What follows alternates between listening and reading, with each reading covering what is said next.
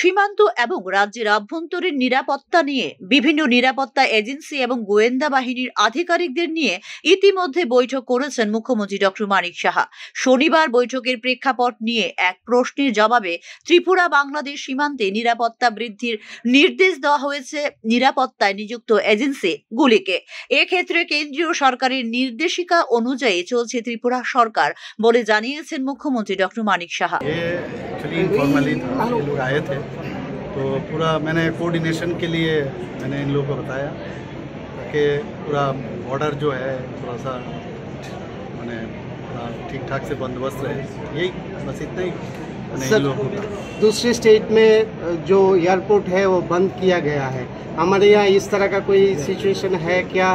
और दूसरी जो है सिक्योरिटी अलर्टमेंट किया गया है क्या, इसके बारे में?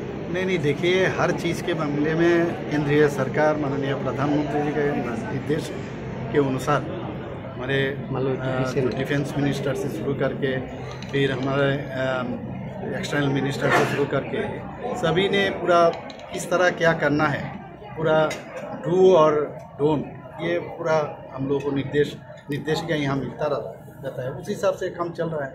कहाँ एयरपोर्ट बंद रहेगा, कैसे सुरक्षा होना चाहिए, लेकिन हमारे तरफ से बहुत त्रिपुरा में जो है सब उस हिसाब से तैयार है, कोई दिक्कत नहीं होना चाहिए। कोई थ्रेट की विषय नहीं है। थ्रेट तो हम कैसे, थ्रेट तो हो ही सकता है, लेकिन हम तैयार है कि नहीं, दिस वेरी इम्पोर्टेंट। উল্লেখ করা যেতে পারে, নিজের সরকারি বাসভবনে বিভিন্ন সুরক্ষা বাহিনীর সাথে রুদ্ধদ্বার বৈঠক করেন মুখ্যমন্ত্রী doctor Manik Saha.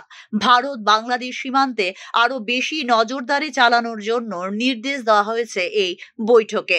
BSF, Assam rifles, Tripura police ও টিএসআর অন্যান্য বাহিনীর আধিকারিক সহ গোয়েন্দা শাখার শীর্ষ আধিকারিকরা উপস্থিত ছিলেন এই বৈঠকে। ভারত ও পাকিস্তানের মধ্যে ক্রমবর্ধমান উত্তেজনার মধ্যে ত্রিপুরার মুখ্যমন্ত্রী ডক্টর মানিক সাহার এই উচ্চ পর্যায়ের বৈঠক যথেষ্ট গুরুত্বপূর্ণ বলেই মনে করছেন সংশ্লিষ্ট তথ্যভিজ্ঞ মহল। ত্রিপুরা বাংলাদেশ সীমান্তে বহুস্তরীয় নিরাপত্তা থাকা সত্ত্বেও ত্রিপুরার মধ্য দিয়ে বাংলাদেশি নাগরিকদের আন্তঃসীমান্ত চলাচলের বিষয়ে উদ্বেগ প্রকাশ করেছেন মুখ্যমন্ত্রী ডক্টর মানিক সাহা। আলোচনায় বাংলাদেশি মৌলবাদী গোষ্ঠী এবং তাদের ভারত বিরোধী অপারেটিভদের কার্যকলাপের উপরও জোর দিয়েছেন মুখ্যমন্ত্রী। ইতিমধ্যে রেলওয়ে স্টেশন এবং বিমানবন্দর সহ রাজ্যের সমস্ত প্রবেশ পথে নজরদারি জোরদার করার জন্য ত্রিপুরা পুলিশ এবং অন্যান্য নিরাপত্তা সংস্থাগুলিকে নির্দেশ দিয়েছেন মুখ্যমন্ত্রী ডক্টর মানিক সাহা। নিরাপত্তা সংস্থাগুলি কোনো প্রতিকূল পরিস্থিতির ক্ষেত্রে তাদের প্রস্তুতির বিষয়ে আলাদাভাবে ব্রিফ করেছেন মুখ্যমন্ত্রীকে। গোটা রাজ্যে চিহ্নিত স্থানে নিরাপত্তা বাহিনী ও গোয়েন্দা কর্মীদের মোতায়েন বৃদ্ধি করা হয়েছে বলে মুখ্যমন্ত্রীকে জানিয়েছেন রাজ্য পুলিশের মহা নির্দেশক। Bureau report, news now.